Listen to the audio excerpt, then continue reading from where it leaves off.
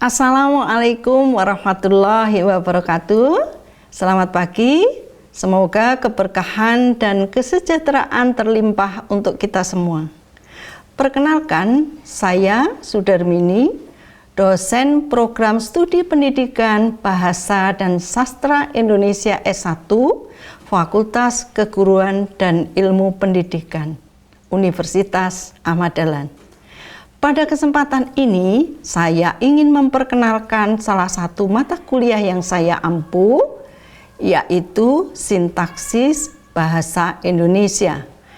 Mata kuliah ini merupakan mata kuliah wajib dan disampaikan secara tatap muka atau luring dan daring 20%. Video ini dibuat sebagai bagian dari pernyataan diri dosen dalam unjuk kerja Tridharma Perguruan Tinggi, khususnya pada bidang pengajaran untuk kepentingan sertifikasi dosen atau Serdos. Deskripsi mata kuliah Sintaksis Bahasa Indonesia, kode mata kuliah 200340820 memiliki bobot 2 SKS teori, disajikan di semester 4 termasuk dalam rumpun linguistik. Mata kuliah ini diambil oleh mahasiswa semester 4 di program studi pendidikan Bahasa dan Sastra Indonesia. Pengantar yang digunakan adalah Bahasa Indonesia. Mata kuliah ini dikembangkan berdasar kurikulum berbasis OPE. Capaian mata kuliah diturunkan dari CPL Prodi yang dibebankan ke mata kuliah ini adalah CPL 5. CPL ini diturunkan dalam 2 CPMK atau capaian pembelajaran mata kuliah. CPMK 1, mahasiswa dapat menganalisis struktur sintaksis, frase, klausa, dan kalimat. CPMK 2, mahasiswa dapat merancang aplikasi teori sintaksis dalam pembelajaran bahasa Indonesia di SMP dan SMA.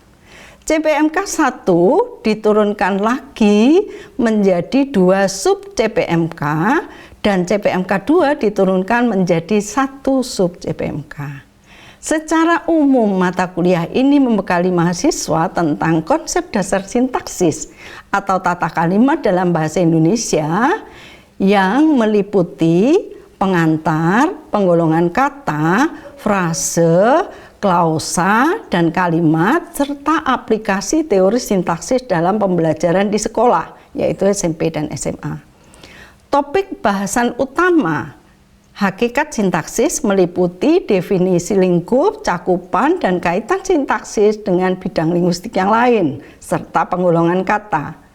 Frase, yaitu konsep dasar frase, jenis-jenis frase, analisis frase, klausa, konsep dasar klausa, jenis klausa, analisis klausa, kalimat, hakikat kalimat dan jenis-jenisnya, hubungan antara klausa dan konjungsi, kalimat majemuk setara, dan kalimat majemuk bertingkat. Aplikasi dalam pembelajaran meliputi penelusuran materi sintaksis pada buku teks dan kurikulum SMP dan SMA, penerapan materi sintaksis dalam pembelajaran bahasa dan sastra Indonesia dalam bahan ajar. Referensi yang digunakan dalam mata perkuliahan ini dipilih atas referensi wajib dan anjuran. Referensi berupa buku, diktat, modul yang ditulis oleh dosen, dan artikel ilmiah dosen yang merupakan hasil penelitian bidang sintaksis. Metode dan sistem pembelajaran perkuliahan dilakukan blended, luring, dan daring. Luring sinkronus tatap muka dan daring hanya 20% pertemuan untuk tugas proyek. Metode menggunakan PBL, Project Based Learning, dengan diperkuat metode curah pendapat, diskusi penugasan, kolaboratif learning, case method. Perkuliahan banyak diawali dengan kasus-kasus penggunaan bahasa sesuai dengan topik sebagai bahan diskusi. Oleh karena itu, kolaboratif learning dan case method diperlukan. Evaluasi dan asesmen diukur dengan beberapa sub. Kuis untuk evaluasi materi 1-2 bobotnya 10%, Evaluasi tengah semester untuk materi 3 sampai 7 bobotnya 30%, 35%, keaktifan proses diskusi bobotnya 10%, evaluasi akhir semester take home test bobotnya 30%, tugas proyek bobotnya 15%. Durasi dan struktur waktu perkuliahan berlangsung selama 16 pertemuan. Demikian penjelasan umum mengenai mata kuliah sintaksis bahasa Indonesia. Semoga memberikan gambaran yang jelas bagi para mahasiswa dan pihak penilai dari proses serdos atau sertifikasi dosen. Selanjutnya mari kita simak bersama cuplikan pembelajaran di kelas pertemuan 11 dengan materi kalimat dalam hubungan antar klausa. Pembelajaran ini dilakukan di kampus, bahkan di kelas yang dipakai perkuliahan ini juga yaitu di kampus 4 Universitas Ahmad Dahlan. Selamat menyaksikan. Bismillahirrahmanirrahim. Assalamualaikum warahmatullahi wabarakatuh. Waalaikumsalam warahmatullahi wabarakatuh. Alhamdulillah, saudara sehat hari ini? Alhamdulillah. Hari ini Ibu akan melanjutkan pertemuan 10 yaitu tentang kalimat. Hari ini kita berbicara tentang kalimat dalam hubungan antar klausa. Kalau minggu kemarin kita sudah berbicara konsep kalimat, kemudian sudah berbicara juga tentang jenis-jenis kalimat sampai nomor 2. Kali ini jenis kalimat yang nomor 3. Yang pertama, tujuan kita hari ini, satu, saudara dapat membedakan hubungan klausa di antara kalimat-kalimat majemuk. Yang kedua, saudara dapat menganalisis. Saudara kemudian diharapkan juga dapat membedakan hubungan klausa yang setara maupun yang bertingkat. Oleh karena itu, bisa kita mulai? Bisa. Oke. Pada minggu yang lalu, saudara sudah mendapat penjelasan tentang kalimat berdasarkan kelengkapannya. Masih ingat apa yang dibahas? Masih. Satu? Ya, Arif? Ya, kalimat berklausa lengkap dan tidak berklausa lengkap. Yang lain lagi, Dimas? Kalimat yang tidak berklausa dan berklausa, Bu. Oke. Kemudian pada pemilahan yang kedua berdasarkan intonasi, Fabela. Intonasi, ya. Kalau di catatan saya itu tuh berdasarkan fungsinya itu ada berita, tanya, sama suruh. Ya. Berita, tanya, suruh. Deklaratif, interrogatif, Oke. Hari ini kita Ibu akan menjelaskan yang ketiga. Berarti ada satu kalimat yang tidak hanya terdiri dari satu klausa, tapi terdiri 2 klausa atau lebih. Yang satu klausa sudah kita pelajari kemarin, yaitu disebut kalimat sederhana atau kalimat tunggal. Sementara sekarang ini yang akan kita bahas yaitu kalimat yang terdiri 2 klausa atau lebih yang disebut kalimat majemuk. Di dalam tata bahasa baku disebut kalimat Oke.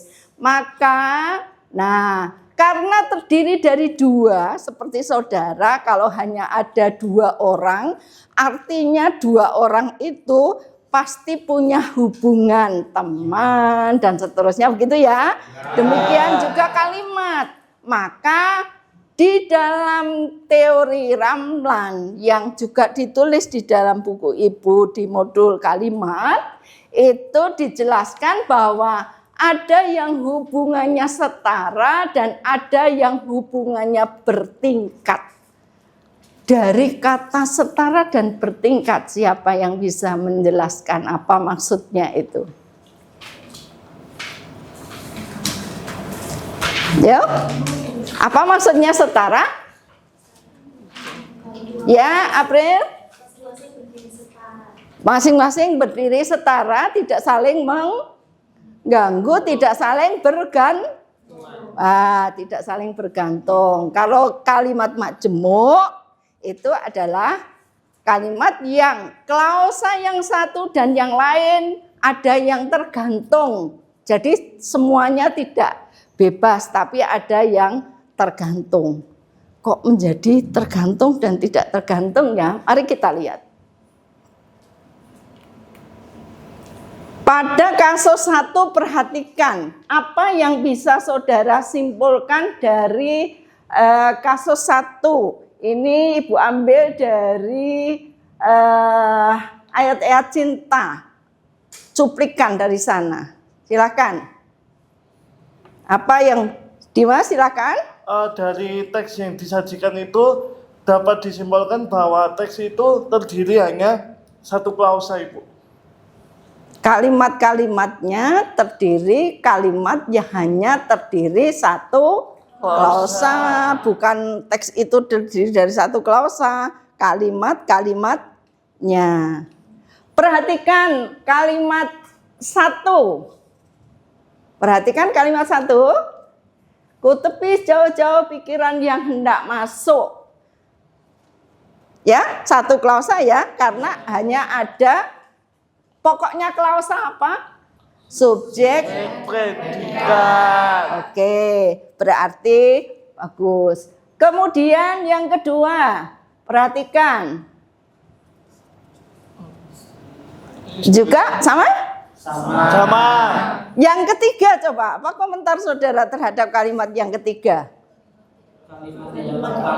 Kalimat tidak lengkap karena tidak berupa subjek predikat. Bagus. Yang sampai yang terakhir ya. Terkait dengan majemuk, terkait dengan kalimat tunggal, ada yang ingin ditanyakan? Sebelum kita pindah ke kasus yang kedua. Boleh? Bu, Ya. gitu. Cara membedakan apakah itu kalimat tunggal atau berbeda itu bagaimana ya, Bu?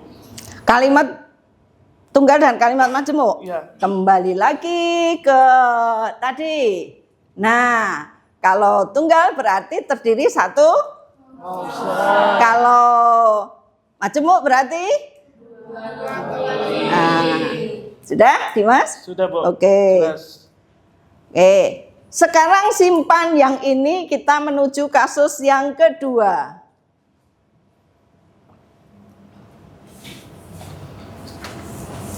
Perhatikan.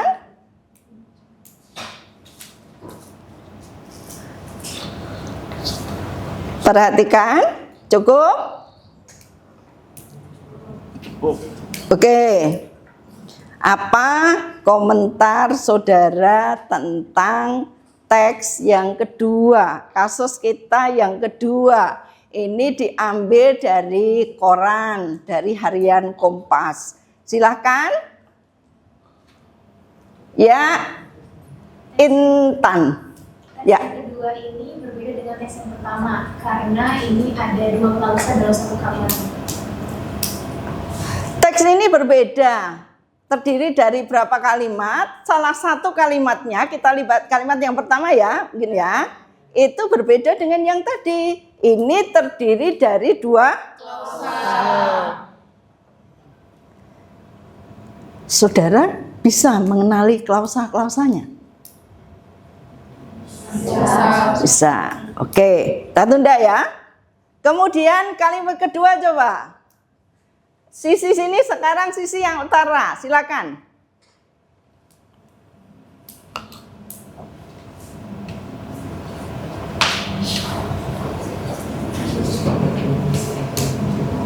Yo, silakan. Kalimat yang kedua. Kalimat yang kedua, sorry.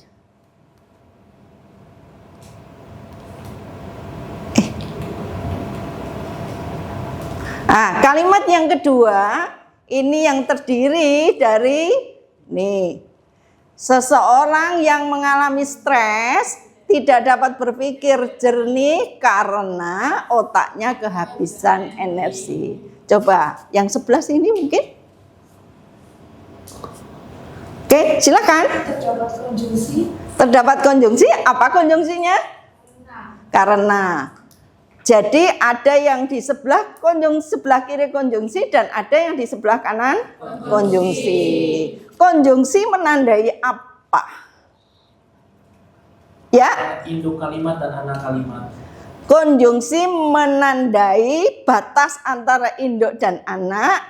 Konjungsi ke belakang merupakan atau konjungsi ke kanan merupakan anak kalimat. Berarti nanti di kalimat kedua yang kiri adalah induk. Oke. Cukup ya? Mari kita lihat berikutnya. Bagaimana menentukan pola di dalam kalimat. Begini, Ibu perlu jelaskan mengapa kita harus mengetahui pola dan mengetahui unsur-unsur yang di dalam. Ketika kita menulis, kita harus bisa menyampaikan apa yang di pikiran kita kepada pembaca. Nah, pembaca akan dengan mudah kalau logika berpikir di dalam kalimat bisa kita ikuti.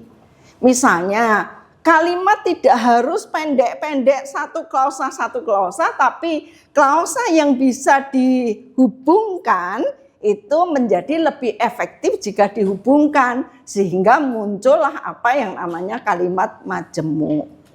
Majemuk setara ini adalah kalimat majemuk yang mudah mendeteksinya. Kuncinya adalah deteksi. Silahkan cari konjungsinya di mana. Nah, ini kebetulan konjungsinya ini kebetulan konjungsinya sudah diwarnai Ibu ya. Oke. Kemudian ke kiri ada klausa, ke kanan juga ada klausa. Maka polanya itu adalah klausa yang kiri klausa 1, konjungsi klausa 2. Adakah yang bertanya, kalau 3, 4, 5 bisakah? Sangat bisa. Boleh. Bahkan kalau di dalam teks novel, teks cerita pendek, itu banyak kalimat majemuk setara yang klausa-klausanya itu hanya batasnya adanya hanya tanda koma. Tidak ada konjungsinya. Itu sangat mungkin. Jadi polanya kalimat ini adalah klausa 1, konjungsi klausa 2, polanya klausa 1 ini ayah, ya, ya, oke. Kalau ini Subjek, predikat, objek. Oke, seperti ini. Boleh ditulis seperti ini, tapi yang paling bagus itu menulisnya adalah seperti ini. Artinya ini subjek, predikat, keterangan yang ada di sini itu setara yang di kanan. Sama. Tidak ada yang bergantung. Sampai di sini ada yang bertanya, boleh? Saudara tidak penasaran dengan konjungsinya apa? Oke? Cukup, Bu. Kalau ini selain ini kira-kira ada apa? Ini kan kita munculnya hanya satu ya? Nah, oke. Ada yang penasaran? Ya, Ibu. Ya. Apakah konjungsi kalimat majemuk Tapi sebelum itu saya Ibu ingin saudara menjawab kira-kira apa kesimpulan tentang kalimat majemuk setara. 1. Dipisah oleh konjungsi. 2. Memiliki klausa 1 dan 2 dan seterusnya. Boleh tidaknya 2. Yang ketiga, Nah, ini silahkan. Oke, cocok kan? Nah, klausa 1 bukan merupakan klausa lain, berdiri setara, inti semuanya, dan ini contoh konjungsinya. Udah ya? Kalau ingin lebih banyak lagi, ini hubungan makna konjungsinya. Lebih sedikit jumlahnya daripada yang bertingkat lebih banyak lagi. Oke, lanjut. Nah, ini yang kedua. Yang kedua yang namanya bertingkat itu tidak sama. Ini dengan di bawah. Kuncinya bahwa klausa anak, klausa yang lebih rendah, itu menempati satu fungsi di klausa induk. Itu kuncinya. Makanya satu disebut anak, satu disebut induk. Bukan terpisah tapi saling berkait. Seperti embedding, seperti orang hamil, ada individu di dalam individu. Nah, bisa bayangkan ya. Maka ini kebetulan bahwa ia sangat mencintaiku. Ini tahu ya saudara bahwa ini konjungsi. Sampai dengan sini deteksi bahwa itu adalah klausa anak. Kemudian klausa induknya ini juga, tapi ini bagian begini ya. Klausa induk bukan hanya satu saja kata, tapi ini klausa induk juga, tapi bagiannya ini apa? Predikat. Ini mengapa disebut keterangan? Karena ada preposisi. Oke. Kemudian setelah itu bisa dilihat bahwa ini sampai di sini adalah klausa anak. Ini di dalam kandangnya di sini sebagai subjek. Dan klausa induknya disambung dengan predikat dan keterangan. Klausa induknya bukan predikat dan keterangan, tapi subjek, predikat, dan keterangan. Klausa anaknya adalah subjek dan menulisnya harus seperti ini. Ini yang klausa induk, ini yang klausa anak. Oke. Ini ciri-cirinya. Sudah, kemudian silakan bisa dijawab agak cepat, didiskusikan dengan sebelahnya. Silakan bahwa mana konjungsi, mana klausa anak, mana klausa induk, mana klausa 1, mana klausa 2. Silakan 1 menit. Diskusikan 1 menit. Oh, ayo, sudah ada April, sudah ada. Ayo, sudah ada Arif, sudah ada April, siapa lagi? Dimas. Ini Fer ya, yang angkat tangan dulu, yang ditunjuk ya. Nanti yang lainnya mungkin bisa merevisi kalau kurang tepat. Silakan, Mbak April. Untuk nomor 1 itu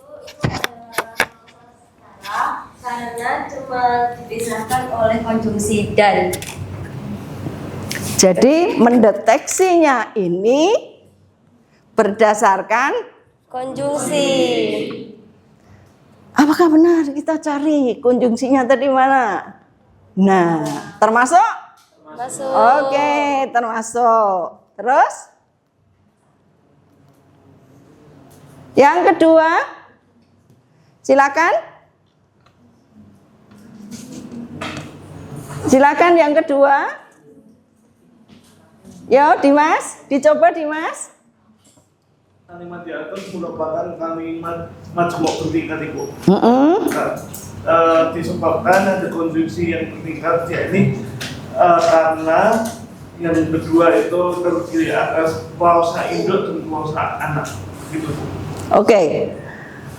Mungkin bisa dibantu Ibu ya polanya. Yang pertama tadi jawaban saudara April itu klausa 1 dan klausa 2. Kemudian kalau Dimas polanya adalah subjek. Di situ apa? Predikat.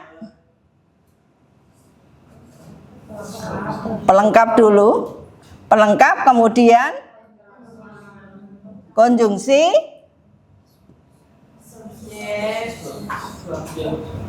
Predikat. pelengkap juga, bukan objek. Oke.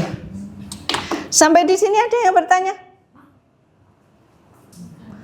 Agak repot untuk kalimat majmuk bertingkat karena nanti posisinya tidak hanya satu.